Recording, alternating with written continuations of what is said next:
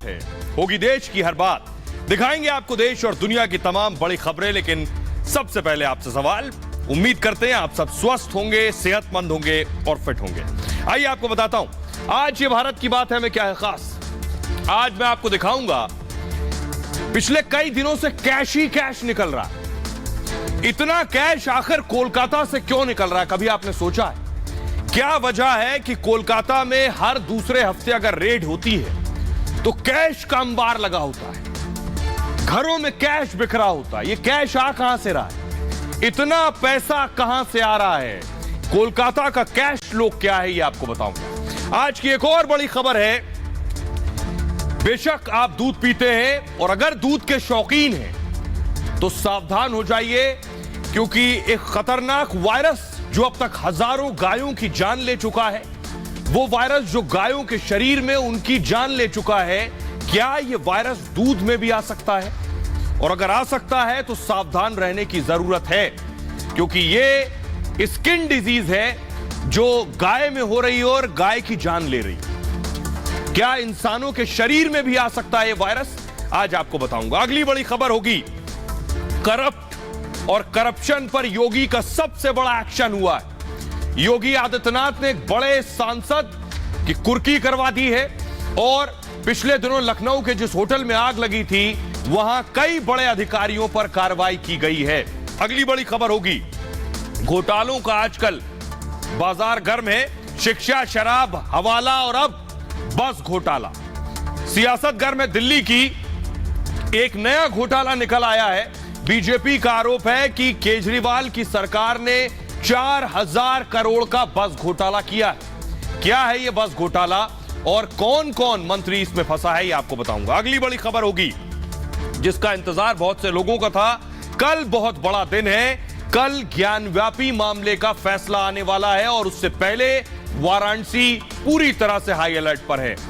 बताएंगे खबर, लेकिन उससे पहले हेडलाइंस।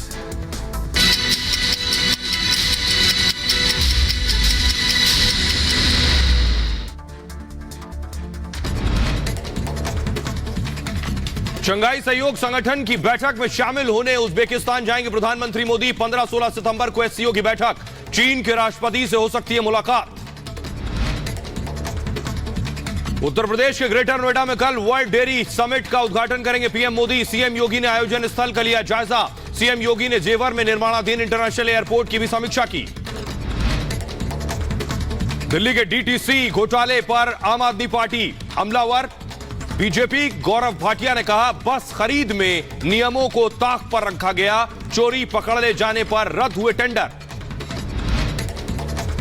आम आदमी पार्टी ने बस घोटाले से इनकार किया। सौरभ भारद्वाज ने आरोपों को गलत बताया, कहा पहले एलजी पर लगे आरोपों की जांच हो। एलजी ने दी सीबीआई जांच की अनुमति। मुंबई ने उद्धव के समर्थकों का हंगामा। मुंबई में सीएम शिंदे के पोस्टर पर पथराव कर फाड़ा तो दादर थाने में शिंदे और उद्धव समर्थक आपस में भिड़ गए। पश्चिम बंगाल में बीजेपी की रैली में हमला। कूच बिहार में रैली पर फेंका गया बम। 2 बीजेपी कार्यकर्ता घायल, इलाज जारी। वाराणसी में कल ज्ञानव्यापी पर जिला कोर्ट के फैसले से पहले अलर्ट। पूरे शहर में धारा 144 लागू। संवेदनशील इलाकों में पुलिस की पेट्रोलिंग। होटल, धर्मशाला की हो रही है चेकिंग। गुजरात के सोमनाथ मंदिर में गृह मंत्री अमित शाह ने पूजा अर्चना की। 2 दिन के गुजरात दौरे पर हैं अमित शाह। हिंदुओं के बड़े धर्मगुरु और द्वारका पीठ के शंकराचार्य स्वामी स्वरूपानंद सरस्वती का निधन हो गया। 99 साल की उम्र में ली अंतिम सांस। मध्य प्रदेश के नरसिंहपुर में हुआ निधन। प्रधानमंत्री मोदी ने शोक जताया। कल दी जाएगी समाधि। गुलाम नबी आजाद कमीशन कश्मीर शुरू। 10 दिनों में नई पार्टी का करेंगे ऐलान। बारामूला की रैली में घोषणा की। हिसार में सोनाली फोगाट के लिए महापंचायत केस की जांच सीबीआई से कराने की मांग। बेटी को सरकार ने सुरक्षा दी। 6 दिन की पुलिस रिमांड में भेजे गए मूसावाला के शूटर। पंजाब के डीजीपी ने कहा गोल्डी बरार ने रची साजिश। अब तक मामले में 23 अरेस्ट। सलमान खान की भी रेकी की गई थी। नोएडा में सामने आई एक और थप्पड़बाज महिला की करतूत। लेडी प्रोफेसर ने सोसाइटी के गार्ड को मारा थप्पड़। घटना का वीडियो वायरल। महिला के खिलाफ केस दर्ज। तुरंत मिली जमानत। 2 शहरों में भीषण आग से कोहराम। गाजियाबाद में कपड़े के गोदाम में लगी आग तो मध्य प्रदेश के इंदौर में विकास प्राधिकरण की इमारत धू धू कर जली। दिल्ली के रोहिणी सेक्टर 36 से 3 गैंगस्टर गिरफ्तार। स्पेशल टीम ने मुठभेड़ के बाद पकड़ा। लॉरेंस बिश्नोई और गोल्डी बरार के करीबी बताए जा रहे हैं तीनों। मुंबई एयरपोर्ट पर कस्टम विभाग की कार्रवाई। एयरपोर्ट से 12 किलो सोना जब्त, 5 करोड़ 38 लाख बताई जा रही है सोने की कीमत। बेल्ट में सोना छिपा कर ले जा रहे शख्स को कस्टम अधिकारियों ने पकड़ा।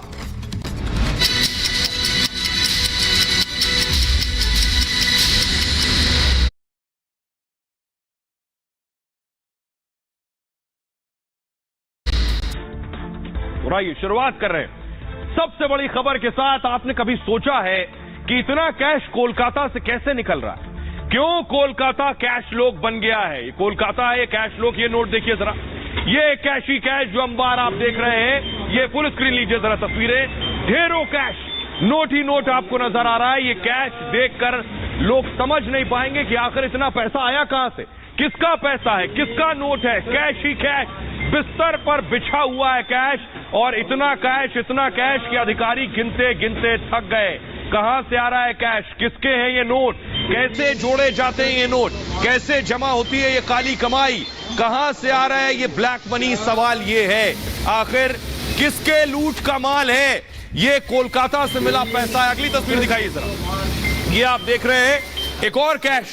4 दिन पहले ये कैश बरामद हुआ था। ये कैश भी कोलकाता से बरामद हुआ था। ये कैश किसका है, कहां से निकल रहे हैं ये नोट, कहां ये कुबेर? अगली तस्वीर दिखाइए जरा। और ये आप नोट देख रहे हैं, 1 महीने पहले ये कैश बरामद हुआ कोलकाता से। ये गुलाबी नोट 2-2 हजार रुपए के आप देख रहे हैं। 500 के हरे नोट आपको दिखाई दे रहे हैं। ये किसका पैसा है आखिर? ये कोलकाता से ही नोट कैसे निकल रहे हैं? आम आदमी पूरी जिंदगी लगा देता है, इतना पैसा नहीं कमा पाता। तो आखिर ये कौन लोग हैं जो कोलकाता को कैश लोग बना चुके हैं? बताऊंगा, जरा रिपोर्ट देखिए पहले।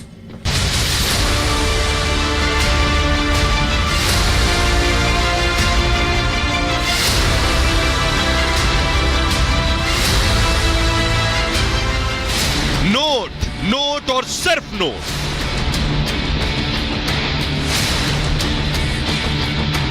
जहां देखो वहां नोट, जहां तक नजर जाए वहां तक नोट। ये हरे नोट, गुलाबी नोट,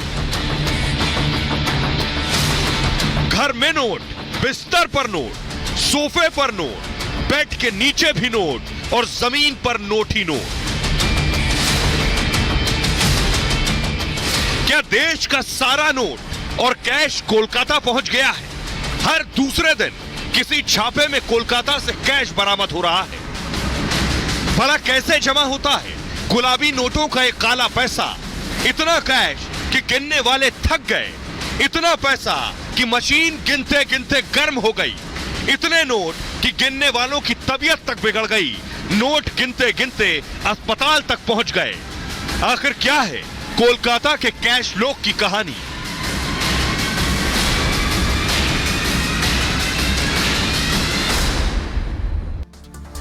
सोचिए जरा, कहां से आता है इतना पैसा, कहां से कमा रहे हैं ये लोग? आसमान से गिर रहा है, कोई नहीं जानता ये पैसा कहां से आता है, लेकिन मैं बताऊंगा आपको। ये देखिए जरा, मशीनों पर लगाकर नोट गिने गए हैं। सोचिए जरा कितनी मशीनें थी। फुल स्क्रीन लीजिए जरा, एक साथ आधा दर्जन से ज्यादा मशीनें नोट गिनने की लगा दी गई। नोट गिने जा रहे हैं, देखिए जरा। और इतना नोट था कि ये मशीनें भी गर्म हो गई। यानी अधिकारी तो गिन नहीं पा रहे थे, मशीनें गर्म हो गई। नोट गिनते गिनते हालत ये हो गई। सोचिए इतना नोट एक टाइम में एक बैंक में भी नहीं होता है, उतना नोट था। ये देख रहे हैं आप अधिकारियों को जो कैश गिन रहे हैं। और इस कैश की गिनाई के बाद ये लंबे वक्त तक ये कैश गिनाई चलती रही। और देखिए 500-500 के नोटों की गड्डी एक साथ लगाई जाती है, उन्हें एक साथ गिना जाता है। 2-2 हजार के नोटों की गड्डी एक साथ लगाई जाती है, नोटों की काउंटिंग करते हैं ये। और उसके बाद उन्हें रबर बैंड लगाकर गड्डियों में तब्दील कर देते हैं। और उसके बाद क्या करते हैं, अगली तस्वीर देखिए जरा। ये देख रहे हैं आप, इस तरह के टीन के बॉक्स में भरते हैं नोटों को। और उसके बाद देखिए ले जाया जाता है बाकायदा पूरी सुरक्षा के बीच। सीआरपीएफ के जवान आप देख रहे हैं। और उसके बाद अलग अलग एजेंसीज के जो कर्मचारी हैं वो इन बॉक्सेस में इन नोटों को भर कर ले जाते हैं। तो ये जो नोट है कोलकाता से निकले हैं, काली कमाई ये कैसे बनाई गई कोलकाता में, आइए आपको ये बताता हूं कि आखिर ये नोट कैसे कमाए गए। देखिए जरा कहां कहां से देश भर में ठगी का जाल देखिए जरा। कोलकाता, हैदराबाद, चेन्नई, बेंगलुरु, ये वो शहर हैं जहां से इस तरह की कमाई की गई। आइए अब आपको बताता हूं ये पैसा बनाया कैसे गया। ये जो आप हरे और गुलाबी नोट देख रहे हैं ये कहां से आए, ये देखिए जरा। ये आप देख रहे हैं घर से कुछ नोट का अंबार ऐसे मिला है। ये चारों तरफ नोट ही नोट भरे थे, जमीन पर नोट, सोफे पर नोट, अलमारी में नोट, इतना नोट था। तो आइए अब आपको बताता हूं ये नोट कमाए कैसे गए। कोलकाता के गार्डनर रिच में कारोबारी के घर पर इंफोर्समेंट डायरेक्टरेट ने रेड की। रेड में कुल 17 करोड़ 32 लाख रुपए ये कैश मिला। 17 करोड़ 32 लाख। आपको बताऊं कारोबारी आमिर खान ने करोड़ों का फ्रॉड किया है। कैसे? आपके पास मोबाइल है, मोबाइल में आप बहुत से लोग गेम खेलते हैं, कुछ खास किस्म के गेम होते हैं जिससे कमाई भी होती है पैसों की। मोबाइल गेमिंग ऐप के जरिए इस पूरे फ्रॉड को किया गया। ये कैश मिला है घर से। मोबाइल गेमिंग ऐप का नाम है ई नगेट्स। इस तरह के बहुत से एप्लीकेशंस हैं मोबाइल में जो आप प्ले स्टोर से डाउनलोड करते हैं। यानी मोबाइल पर गेम खेलने के नाम पर लूट हुई है। ये कैसे हुई?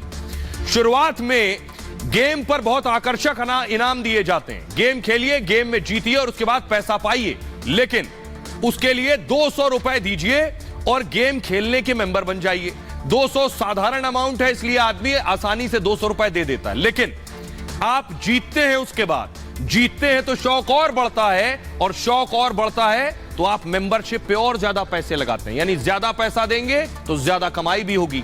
तो सिल्वर गोल्ड मेंबरशिप के लिए 5,000 से 10,000 रुपए देने होते हैं। उसके बाद प्लैटिनम सदस्यता के लिए 20,000 रुपए देने होते हैं और ज्यादा कमाना है तो। ब्लैक गोल्ड मेंबरशिप के लिए 30,000 रुपए देने होते थे। उसके बाद सर्वोच्च सदस्यता अगर आपको लेनी है, सबसे ज्यादा पैसे कमाने हैं, तो 50,000 रुपए तक देने पड़ सकते थे। अब देखिए जरा, एक क्लिक से किस्मत बदलने का दावा होता है कि एक क्लिक कीजिए और आपकी किस्मत पलट जाएगी। पहले यूजर्स को कमीशन के साथ पुरस्कार मिलता है, यानी आप गेम जीत गए तो कमीशन भी मिलेगा और पुरस्कार राशि भी मिलेगी। और गेम खेलने वालों को आपको ऑनलाइन ये पैसा भेज भी दिया जाएगा। आप खुश हो जाएंगे, मैं तो मोबाइल गेम के जरिए पैसा जीत रहा हूं। अब पैसा जीतना है तो और ज्यादा पैसा लगाएंगे, मेंबरशिप और उच्च दर्जे की ले लेंगे। जीती गई रकम आसानी से ऑनलाइन मोबाइल पर आ गई तो आपने बैंक में ट्रांसफर कर दी। शुरुआती फायदे के बाद लोगों का आत्मविश्वास और बढ़ गया। आत्मविश्वास और बढ़ा तो लोग अधिक कमीशन की उम्मीद में और ज्यादा निवेश बढ़ाने लगे। निवेश बढ़ते ही हुआ क्या, आरोपी का मकसद पूरा हो जाता है। आपने ज्यादा पैसा लगाया और वही तो ये चाहता था। निवेश की राशि अधिक होते ही आपके ऐप पर नोटिस आ जाएगा फौरन। ऐप से पैसे निकालने का विकल्प बंद कर दिया जाता था। यानी आपका पैसा गया और उसने विकल्प बंद कर दिया। प्रोफाइल विवरण और डेटा भी तुरंत ऐप से हटा दिए जाते थे। आपका पैसा डूब गया। जब लोगों को पता चलता था तब तक बहुत देर हो चुकी होती थी। यह था कमाई का जरिया। और ठगी के लिए कई फर्जी अकाउंट का इस्तेमाल करते थे ये लोग। ठगी के बाद फर्जी खातों को निष्क्रिय कर दिया जाता था। मुख्य आरोपी आमिर खान का अब तक पता नहीं है, फरार है। ईडी आरोपी आमिर खान की तलाश कर रही है। यह है स्थिति इस वक्त। लेकिन आइए अब आपको बताऊं, इस पर सियासत हो रही है कि सब कोलकाता में निकल रहा है कैश, बंगाल में निकल रहा है कैश, तो टीएमसी अलग सवाल कर रही है और बीजेपी पलटवार कर रही है। देखिए जरा, आपको दिखाने जा रहा हूं। ये टीएमसी के नेता हैं फिरहाद हकीम। फिरहाद हकीम ने लिखा, टीएमसी का कारोबारी से कोई लेना देना नहीं है, जो आमिर खान जिसको ईडी तलाश रही है। ईडी लोगों के बीच डर फैलाना चाहती है। फिरहाद साहब ये कह रहे हैं निवेशकों को पश्चिम बंगाल से दूर करना चाहती है। अब सोचिए, ईडी नोट निकाल रही है, नोट निकाल रही है तो कम से कम निवेशक सोचेंगे यहां काली कमाई नहीं होगी। ईडी गैर बीजेपी वाले राज्यों में सीमित है, यह कहना है फिरहाद हकीम का। नीरव मोदी और मेहुल चौकसी की ठगी का क्या? बीजेपी ने पलटवार किया। समीक भट्टाचार्य प्रवक्ता है बीजेपी के, उन्होंने कहा लोग मनी लॉन्ड्रिंग टीएमसी के गठजोड़ से बहुत वाकिफ हैं। छापे केवल बेईमान कारोबारियों के खिलाफ हो रहे हैं। ईडी व्यापारी समुदाय को टारगेट नहीं कर रही है। क्या आपके पास छिपाने के लिए कुछ है? इस तरह के बयान डर से आते हैं, उन्होंने बात कही है।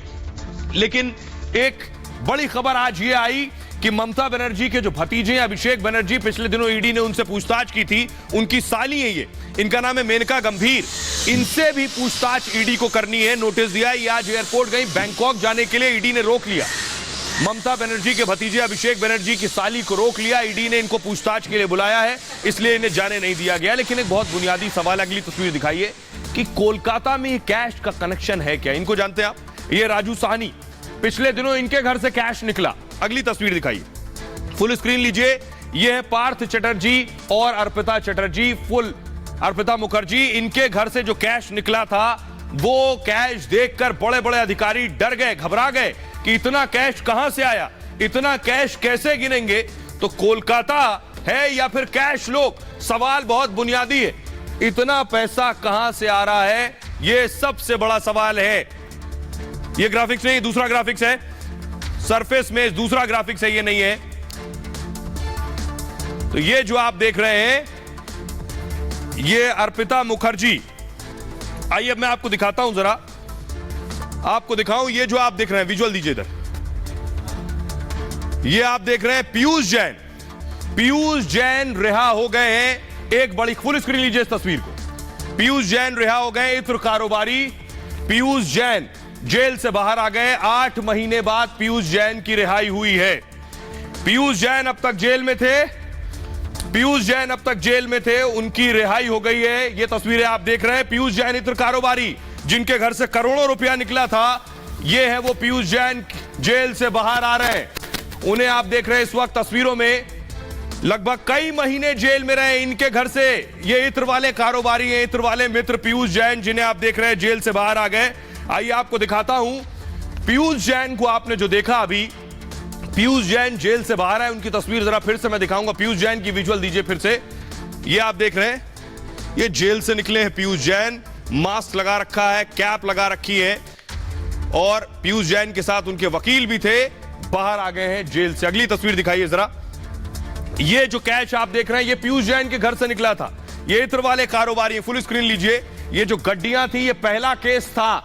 उस वक्त हड़कंप मच गया था कि एक इत्र वाले कारोबारी के पास इतना पैसा कहां से आया। तो जेल से बाहर आ गए कैश किंग, वो आप देख रहे हैं। आइए, कैसे बाहर आए, कैसे जमानत मिली है पीयूष जैन को, उनका ये जो पैसा है, इस पैसे का होगा क्या, ये भी मैं आपको बताऊंगा। तो इत्र कारोबारी पीयूष जैन जेल से रिहा हुआ है। तस्वीरों में आप पीयूष जैन को देख रहे हैं। काफी वक्त बाद इनकी तस्वीर आप देख पा रहे होंगे। शक्ल देख के आपको याद हो रहा होगा, यही इत्र कारोबारी हैं। इनके कन्नौज के घर से भी कैश निकला था, और इनके कानपुर के घर से भी कैश निकला था। कानपुर सेंट्रल जेल में अब तक पीयूष जैन बंद थे। दरअसल 8 महीने बाद जेल से बाहर आए पीयूष जैन। दिसंबर 2021 को हुई थी उनकी गिरफ्तारी, और पीयूष के यहां छापेमारी में 196 करोड़ कैश मिला था। दरअसल 23 दिसंबर 2021 को जीएसटी टीम ने पीयूष पर छापा मारा था, और कन्नौज से कानपुर तक पीयूष के ठिकाने खंगाले गए। उसके बाद पीयूष जैन के घर से 23 किलो सोना मिला था। 23 किलो, 600 लीटर चंदन का तेल भी बरामद हुआ था पीयूष के घर से।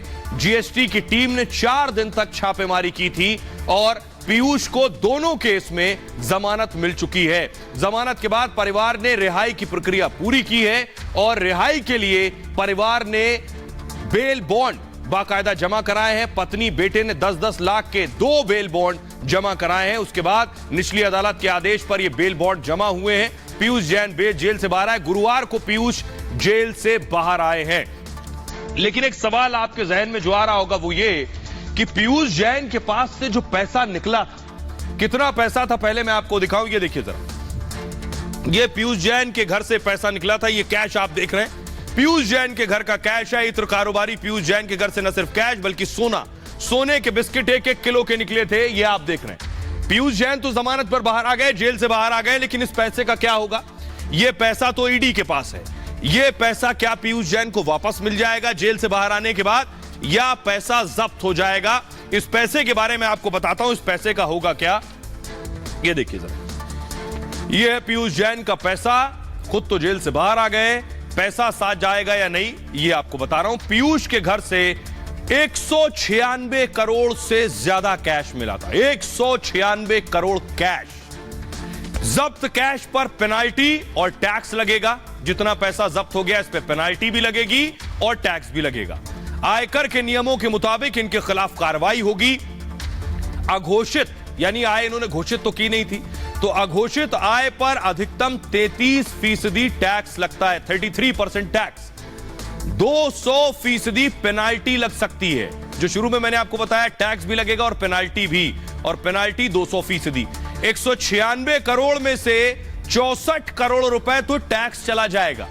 अब 200% के हिसाब से पेनाल्टी लगी तो 132 करोड़ की पेनाल्टी हो जाएगी, यानी मूव कीजिए इसे, 132 करोड़ की पेनाल्टी लगेगी। ऐसे में 196 करोड़ सरकार के खाते में चले जाएंगे, यानी पूरा जो पैसा इनका है ये मिलना कुछ नहीं है, इनको सब सरकार के खाते में जाएगा। जब्त संपत्ति में से पीयूष को कुछ भी मिलना संभव नहीं है। अगर पकड़ी गई संपत्ति चालू वित्त में कमाई अर्जित की गई है, यानी इसी वित्त वर्ष में हुई अगर कमाई होती, तो फिर उस पर कुल 84% टैक्स और पेनाल्टी लगेगा। लेकिन अगर ये काली कमाई पिछले सालों की है, जैसा कि पीयूष जैन की थी, तो उस पर 99% तक टैक्स और पेनाल्टी लगती है। इसलिए ऐसे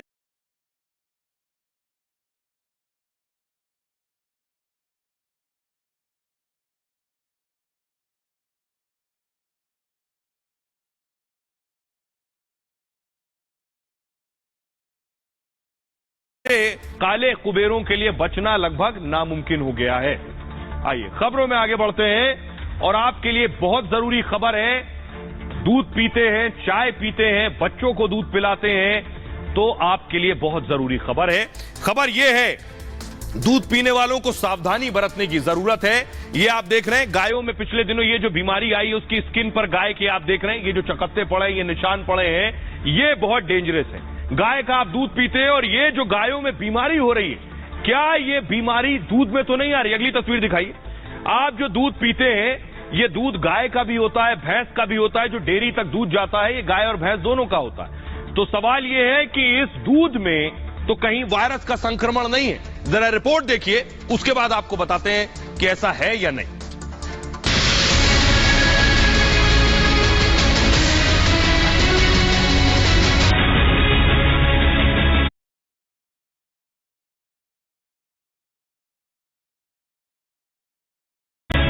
अगर आप दूध के शौकीन हैं, आपका बच्चा भी दूध पीता है, तो आपके लिए बहुत जरूरी खबर है।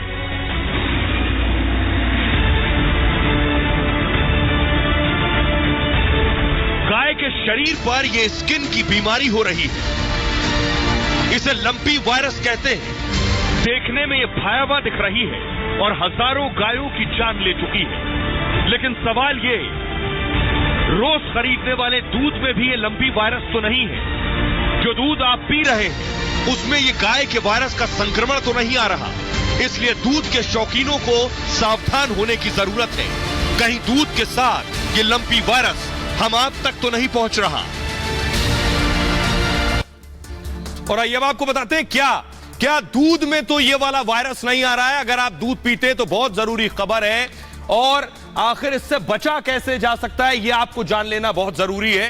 तो देखिए, जल्दी से आपको दिखा रहा हूं, दूध के शौकीनों के लिए खबर है। ये देखिए, दूध की धारा बह रही है, लेकिन ये गाय पर जो वायरस है, स्किन डिजीज आप देख रहे हैं स्किन पर गाय की, लंपी वायरस गाय और भैंस में होने वाली बीमारी है।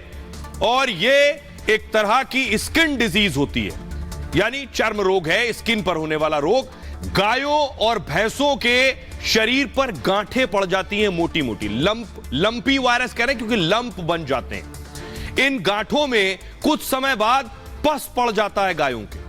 और गाय भैंस का दूध हर कोई इस्तेमाल करता है, सभी पीते हैं, चाहे वो चाय में पी रहे हो या दूध पी रहे हो या फिर डेयरी प्रोडक्ट ले रहे हो। सवाल है, क्या दूध में भी यह संक्रमण हो रहा है वायरस का या नहीं हो रहा है? काफी लोग कच्चा दूध पीते हैं, सबसे खतरनाक है, सावधान रहने की जरूरत है। जो लोग कच्चा दूध पीते हैं, कच्चा दूध अगर पीते हैं, ऐसे दूध में वायरस की संभावना होती है। और दूध गर्म होने पर बैक्टीरिया खत्म हो जाता है, संभव है ये वायरस भी खत्म हो जाए। एक्सपर्ट्स कहते हैं कि दूध को गर्म करना बहुत जरूरी है। 100 डिग्री सेंटीग्रेड पर दूध गर्म होना चाहिए। दूध में उबाल आए, एक बार नहीं 2 से 3 बार उबाल आए, करीब 15 मिनट हल्की आंच पर, उसके बाद उसको खौलने दीजिए। ऐसा करने से वायरस खत्म हो जाते हैं, ये जानकार और डॉक्टर कह रहे हैं। दूध निकालते समय खास ख्याल रखना बहुत जरूरी है। दूध निकालने से पहले भी हाथ साफ करें, यानी जो ग्वाला है जो दूध निकाल रहा है वो उसको पहले हाथ साफ करे, साबुन से धोए या सैनिटाइजर से साफ करे। गाय भैंस के थनों को अच्छे से साफ करे जो गाय संक्रमित है। जो दूध निकाल रहा है उसे भी मास्क लगाना चाहिए क्योंकि ये वायरल इंफेक्शन है। हाथों में ग्लव्स पहनकर